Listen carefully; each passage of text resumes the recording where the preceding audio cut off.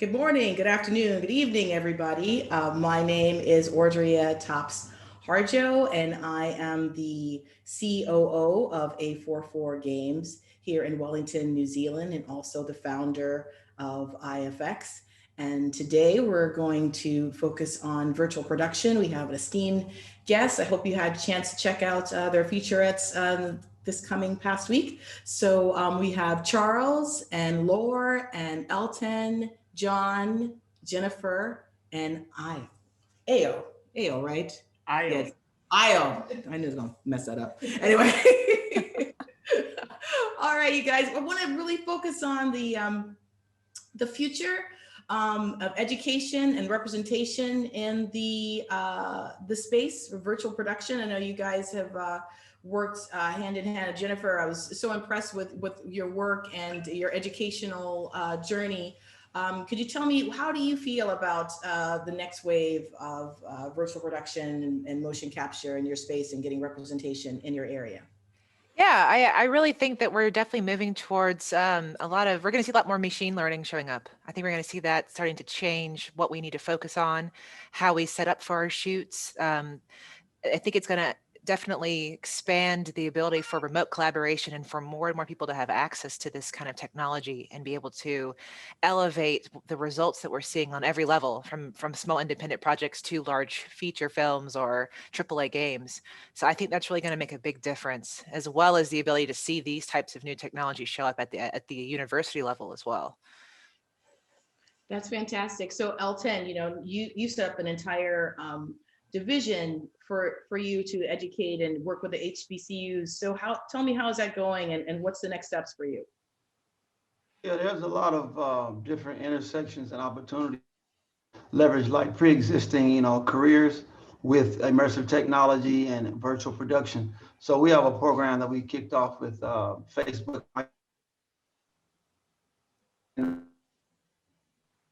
fellowship. I was able to see just how many different areas virtual production started to impact, right? So it's a very, very wide, a range of skills and that can really, really help storytelling. And I think that's what's really, really important, showing like architectural design departments, media departments, computer science departments. They're now starting to move and working like engines like Unreal Engine and learning how these tools can be used. So it's just, for us, it's really about awareness, showing them that, hey, take a look at this. This can expand a lot of different resources for you. And a lot of people just don't know about it still. That's true. So Laura, in your experience, you're on the other side of the world, in the UK. So based upon your experience, like, how would you mentor, or what advice would you give a young person who wants to kind of get into this field, of how they could better prepare themselves? Yeah, I think as someone who's newly emerging, I am in a position to kind of give people real-time advice on how I am doing it at the moment. I think what's really exciting me, and I think it's worth people exploring, is the mindset shift that we are experiencing. So looking at what the opportunities are, but also framing how you deliver work in a non-linear way. This is what the engine is now allowing us to expand. So skills around being able to think interdimensionally or across multiple planes and engaging with people. So collaboration and communication is really part and really a strong factor in making this really just such a great opportunity for everyone. That's true. So John, I know that your parents were from Ghana, and was there any would you see if there was any resistance to having kids from other countries decide to take this on as a future? So you're not a doctor, you're not a lawyer, you're not in education. What do you think are the boundaries for like the next generation to kind of buck the system or the traditional jobs to be able to break through to this area?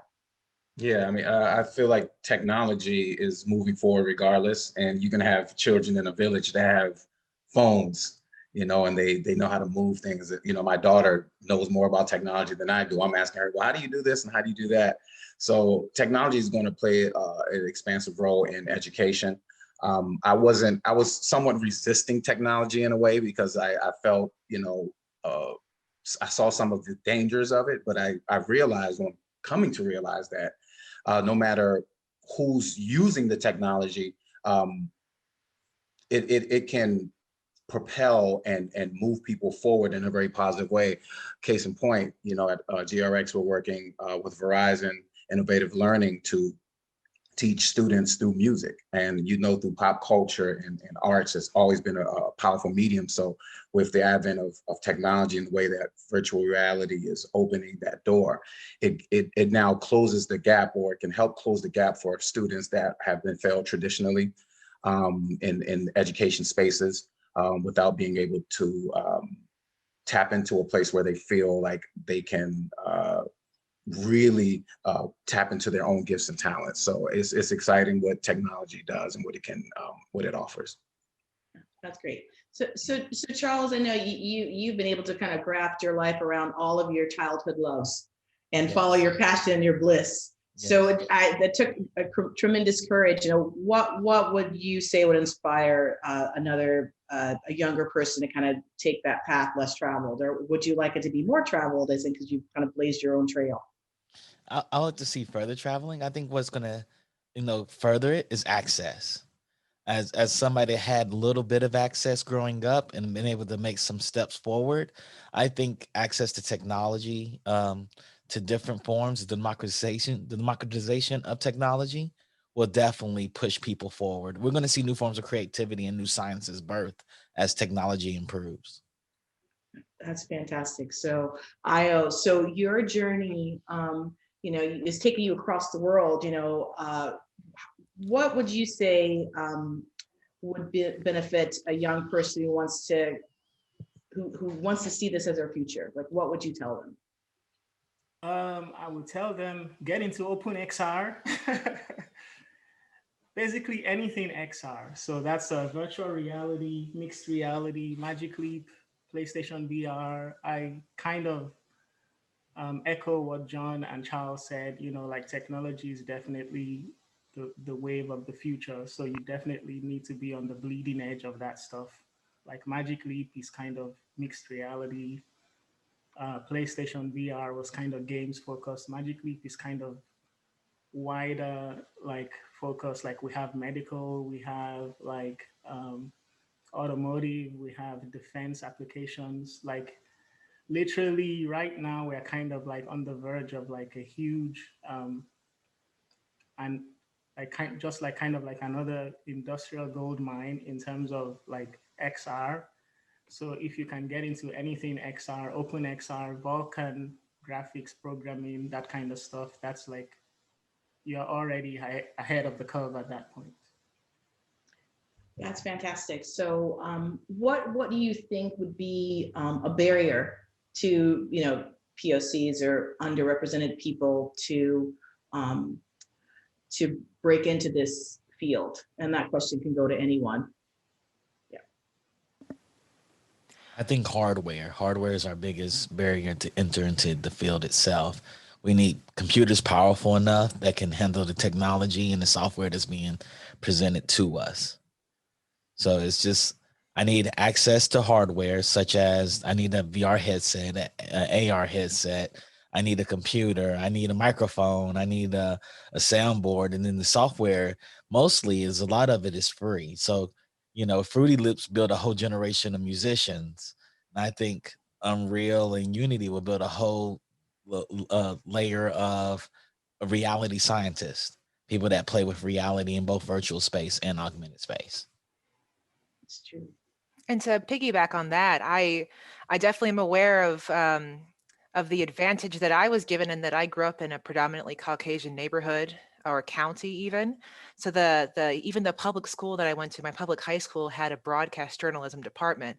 We had a small live TV station in our school, so we could do live shows every day. And I know that definitely gave me a heads up on like starting to learn this stuff. And it's like once you talk to people outside of that kind of world, you realize, wow, I was I was given the opportunity to have resources. And because of that, I was able to springboard forward. So yeah, the biggest question is, how do we offer those resources to everybody? So that's not such a unique experience to have. And I also believe in a lot of cases, especially on set, a lot of it has to do with who you know. Like, do you come from a family of people that have been doing this for a long time? Is your aunt or uncle already doing this kind of thing? So there's a lot of connections. There's a lot of networking opportunities that we need to start to create for ourselves, for each other, so that we can start to have that same leg up that people have had in the past, to be able to level that playing field, so that is no longer what people look for. It's more about your skills, your talent, your ability to move forward. I think that's going to be something that really changes the playing field and diversifies the workforce. And also to add to what Jennifer's saying, I think exposure as well.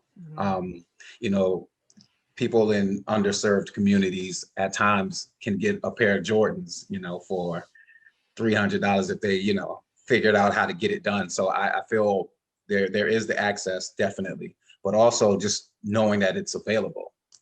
There's a lot of times for us, we don't even know that it's available, as widespread as it may seem, because we're on the internet all the time and we're like seeing it. So we think that's what it is, but most people don't even know much about VR, at least in certain communities. So I think once they're exposed to the possibilities of what is, their imagination begins to kick in and they'll find ways to figure out how to make it happen. That's great. So, so with that, so Jennifer, I want to ask you a question. You've done a lot of work on first unit work. Had you experienced any, because you're so specialized, was there any barrier for you? Were you listened to? Did you have to prove yourself? Did you feel that in those spaces that you had to do 110 or 20% more just to be heard? Or do you think because you're so incredible, you're like, let her have it? That's a funny question. Because as a person of color as well as a female, I was definitely in a role that was unique for the kind of person I am, I guess you'd say. Like, I remember being on set and people saw me maybe at lunch and saying, "Oh, are you in hair and makeup? Are you in production? Are you in the office?" I'm like, "Oh no, I'm running the mocap system in the trenches." It's kind of like there's always that reaction. Oh, wow. Like, I didn't know that someone like that, like you, was doing that kind of thing. So I feel like there was always that initial reaction, like having to go out of your way to say, someone has a question, "Oh, I'm the person that you need. I'm here to answer your question. Like, I'm not just, I'm a bit more of a supervisor." There was always that kind of, having to introduce yourself, go out of your way to make yourself known that you are that person. But I think very quickly I found that other people of color would come up to me and say, "It's so cool to see you in this position." And that always took me by surprise, because I would forget that was such that looked so different, and that they were recognizing that kind of thing. So I appreciate the support system around me to be able to kind of people, and I found other crew going out of their way to point out, that's the person in charge right there. Like, she's the one you go to. So I think that shift kind of turned more into a celebration of the fact that I was in a different position than was expected, as opposed to it being a roadblock for me. That's fantastic. So, Ao, when you were working in engineering, and you had mentioned before in your experiences, you were very, very one or two in your entire kind of departments. Did you ever feel that you felt that you were alone, or did you feel like you had to? It's kind of, it's very sad and lonely being like the only black face in like a sea of like 300 people at conferences, at like at meetings, and like people, same thing with Jennifer, people thinking you're the security guard or something. Like, what the hell, it's like I had a 20-year career, and I literally can count the number of other Black software engineers I had on my team on one hand. It's really that terrible. So it's very it's kind of demoralizing. It's it's kind of gut wrenching sometimes, like trying, you feel it definitely is like, it feels like a barrier, because you basically have no, you basically just feel isolated.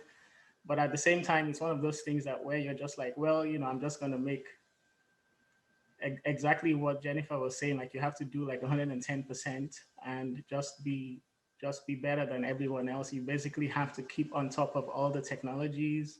Like, I have had to go from like 16-bit assembly languages, like, Vulkan, like all the way from OpenGL to Vulkan to now OpenXR. Like, you constantly have to keep learning and pushing yourself. So one of the advantages of, once you do have that network of finding people who are like you, they kind of inspire you to also be greater and just push yourself even more. So most of the Black engineers I've actually worked with have been always like super exceptional. So like bar none, I've had like, really very good support network. So that's one thing I'm really proud of. Yep. So that's great to see. So Elton, in your school, do you, when you talk about VR and about the future, is there almost like almost a self-care component of like what to prepare you for going into that space that we're not necessarily traditionally a part of? Have you thought about that support system for your students? I know we're focused on HBCUs, but when you go into the spaces like that, it's almost like a cocooned a little bit. And so what you know what I'm trying to say? It's like just trying to figure out how to protect. Yeah, 100%. Yeah, we always, one of our core values is to teach people how to be investable versus just employable. So they understand that their narrative starts with them first, right? So it's, we always say the most important story you're gonna ever tell is the story you tell yourself first. I can give you all, but if you don't know how, if you don't really understand how to craft your own plan to take this and insert a story into what you're doing, it's not really going to work, so you have to really start with yourself. And we really firmly believe that just handing people technology without them having a direct path set down for themselves and the obstacles that are come ahead of you, you'll be prone to give up. And I experienced that myself when I was working, with some of these bigger shows and projects, where I had to really, really take a step back and say, you know what, this is bigger than just technology. This is me having to understand how to build myself internally so I can compete externally. So that's definitely a core value, starting off for sure internally. And I agree with you, especially going certain communities, where you're constantly told that you're underserved or undervalued. We look at it as they're more under, than anything. So we just try to change the narrative first before we hand them all of this and then bombard them with all this technology. That's true. So Laura, your experiences in the UK, is it, as a woman, you're head of production and you've kind of worked your way up the ranks and you've been doing this for a lot of years. What methods of self-care did you have to go through in order to kind of just persevere? I think it's just echoing what Alton said, that there are stories that you hear, there are stories that are sold to you, but to look internally and also to invest. One thing that I'm heavily doing, especially since last year, invest in your community, in your circle, in your network, because it truly does take a village. No one grows or extends themselves and is able to achieve excellence without those surrounding them being their supporters, their champions, their cheerleaders, and providing them with that assurance and groundedness to help them through when the days are tough and long, definitely, reinforce that. So just blending all those tools together and realizing that this is really something that is a passion. And if that truly is what you want to engage in, that, you give your best, you do your all and do right by everyone. And the outcome is, is truly going to be the one that you deserve. And there are things that will stand in your way. The systems and the structures do exist, but to just carry on, you just do not know. These environments and these industries are changing so rapidly. So, just don't give up. get your crew and keep going. Yeah, that's true. So Charles, in your experience, I know you've kind of blazed your own trail, but for you, did you ever find yourself in situations where you had to, I guess, shield yourself from either microaggressions or have to kind of find a depth within yourself for protection in order to keep doing what you're doing? Oh yes. Oh yes. That's something that I attribute to my father teaching us, me and my brother. He was always like, the generation we grew up in, fathers were trying to make kings, philosophers, magicians. And my father was like, I just wanted to make champions. And the first thing you do as a champion is protect your mind and your heart. You can't protect anybody else. You can protect those two things of yourself. So there's times where you feel microaggressions, and I actually address it. I will bring it up on people and just address it and just discard it as quick as possible. Like, I didn't appreciate that. That's not true. That's not right. We have to understand that amongst people of color, and particularly Black people, we're an industry of alicorns. We're not unicorns. We're not thoroughbreds. We are a magical creature that flies. And because we always have multiple skills, we're not just producers, we're designers, we're producers and artists, we're programmers and artists. We have to have multiple skills, and we're very knowledgeable, and we can't make any mistakes. We're not afforded mistakes in our industry. That is facts. I found it. No, so we're coming to a close, but is there anything, John, is there any closing remarks that you would like to make? Yeah, I want to piggyback off what my brother just said. The past has been that narrative has been used to restrict us, but I see when I've traveled throughout Africa and I see the African-American community and just working at GRX and seeing us as we're just building in the midst of insurmountable odds, and still here speaks of glory and strength, so that we need to keep moving forward and unite with one another. And that's all I have to say. I putting the past behind us and moving forward. Let's create a new story, a new narrative, a new way of being. And that's what I'm about. I'm not trying to necessarily be included per se, although I know it's important to have that mechanism. But at the same time, we want to create new ways, new doors, and it's never stopped us in the past. So just want to send that energy to our people. Awesome. Well, thank you guys. Thank you so much for all of your words of wisdom. I so appreciate you. It's been fantastic. I really, really enjoyed our talk. So thank you so much. And thank you guys for joining us. And please, we'll be doing this again in April, and look forward to seeing you then. Thank you so much. Thank you so much. Appreciate it. Thanks, Audrey. Thank you. Take care. Thank you. Take care, y'all. Bye. Bye.